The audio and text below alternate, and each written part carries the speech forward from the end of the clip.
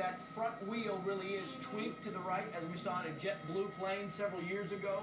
What they'll do is come in and he'll flare this plane and try and land as gently and as slowly as he can on the back landing gear, the rear landing gear, and then as easily as possible try and set that nose gear down so that there's very little pressure on it when he actually hits the ground. Now, this is a big variable because as you come in here, you have no idea which way the plane might get jolted if the front landing gear is in fact turned to the side and tweaked. So the idea here is to try and get down. As you see, it looks like he is kind of approaching for this landing right here.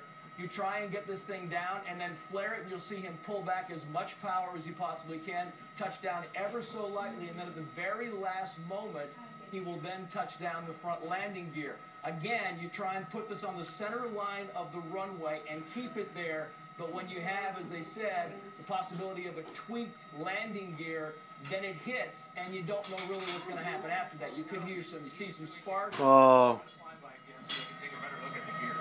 Oh, let's listen to it again, because here's the helicopter part.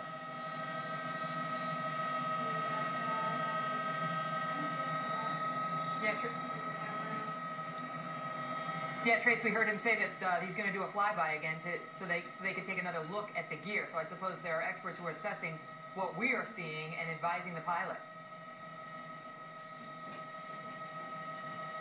Yeah.